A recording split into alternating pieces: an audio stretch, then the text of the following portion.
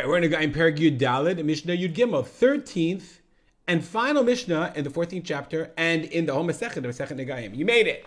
It's a really interesting question, a very unusual question, and actually the Mefarshim deal with what exactly was the question was, but as we'll see. Shnei Mitzora'im, Shanit Arvu Korbaноtem. Remember we said in the last Mishnah, or in the previous Mishnah, you could have an Ani or Ashir, Dal or not.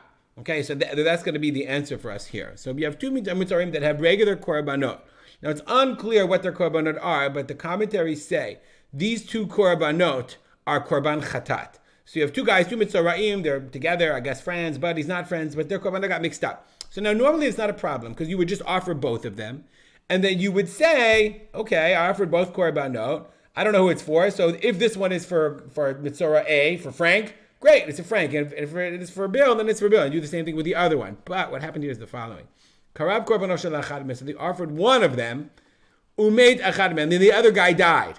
So now what do? Now we're messed up because we're in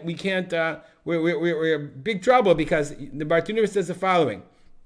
Okay, now, so normally, if they're both alive, or if they hadn't offered them one yet, okay, she'ilu haya mitzora acher chai, right? Even if the other one was alive, then you could do whichever one you want. Oh, if one of them died and both of the korbanot were still here, then you would just let the other korban die.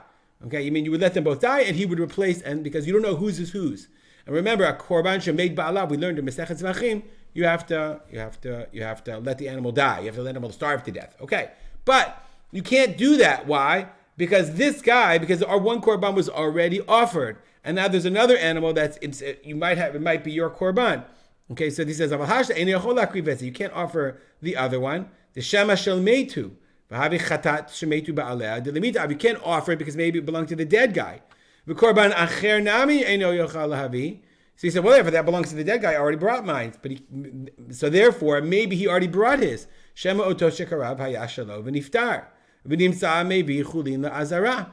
And ve'eino yochal latnot minadava. She'en chatat benedava. You can say, okay, listen, I'll bring the korban chatat, and if it turns out that the one that was brought was already mine, then I'll just say it's a nedava, it's a gift. You can't do that because chatat is never nedava.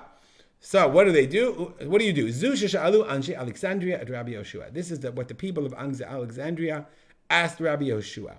Okay, it's one of the questions. So it's interesting. The Gemara tells us there's a Braita that says that the people of Alexandria had a relationship with Rabbi Yoshua, and they asked him 12 questions. There's a really cool website called, it's hard to see a little bit, it's a really cool website called Aspaklaria.info. There's a set of books basically called Aspaklaria, and you can look up basically all the machshava, all the Jewish thought ideas in Aspaklaria on basically everything. So if I look for Anshe Alexandria, so he quotes basically the Gemara, he's saying Gemara Nida Zamechtet.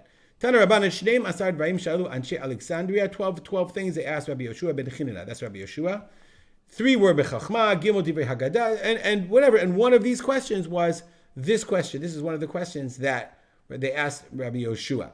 So he said to them, so they're stuck, because this poor mitzvah is stuck. Amar lehem, Yichtov nechasav le'acher, v'yavi korban ani. So he says, if he's a rich man, so now what can he do? He has to bring a korban chatat. But he can't bring a korban chatat because he can't bring it as a nadava. He says, but if he writes all of his, meaning he gives over, if he deeds all of his property to a poor person, v'avi ani, he's poor. V'ra'ui le'avi korban dalut. Then he has to bring a korban because he's poor. Now he's got to write all of his property to his good friend, but he obviously is assuming his good friend is such a good friend that he's going to give him his money back. V'chatat ha'of ba'al safek, ve'ein ba mishum chulin ba'azara. And the chatat ha'of, you can offer, one of the rules of the chatat ha'of, if it's a bird offering, you can bring it even in the case of safek, not in the case of vadai. And so therefore, once he's an ani, he solves his problem. So I just want to point out, really interestingly, why were the people of Alexandria asking this question? I don't know the answer to this, but it's important to know, and I didn't know this until not so long ago. Look at Wikipedia. There was a Beit HaMikdash in Egypt called Mikdash Chonyo. It was right after the time of the Chashmonaim, and it was a Beit HaMikdash that they found, and it was pretty much from the time of 170 to between 170 to 154 BCE. It was built. And it lasted 243 years, meaning it lasted right during the time of the Mishnah. So I'm wondering, why in the world are the people of Alexandria, maybe even way up, by the way, if you have the answer to this, please send me an email, send me a WhatsApp, join our WhatsApp group. But if you know the answer, I'd really like your insight on this. Why are the people of Alexandria asking a very practical question? Meaning, are they just trying to talk and learning with Rabbi Yeshua? Maybe they are. But they send specific questions. And usually when they would send questions, the people of Alexandria, they would send the people from far away, you're asking a question that has some kind of practical implication. So was this, and it's interesting, Chazal, of course, we're not entirely happy that there was a Beit HaMikdash in Alexandria, but because you're really, it's asur to offer korbanot, sacrifices outside of Yerushalayim. You're not allowed to do that. But on the other hand, it was like, how should we say this? It was a firm shul. It was a religious place. It was offered, the Kohanim were l'shem shamayim, and they kept people connected in this huge, major Jewish community to Judaism, because that's how they worshiped. They worshipped many people through sacrifice. So if they didn't have sacrifice, then what would they do? Anyway, so that's really fascinating. If you have an answer, let me know. But it's a very fascinating end to Masechet Negaim. Sadik Masechet Negaim. It's been a long learning and a very involved. I actually found, I hope you did too, this week we read Parashat Tazria Mitzorah. It's much easier to follow when you actually learned all the halachot in the Mishnah. Shakoach Gadol, you should continue to learn and study many more Masechtot. As we always do, we'll dedicate our learning to remembering my father, Rav Simcha ben Yitzchak Kalman. Make it a great day.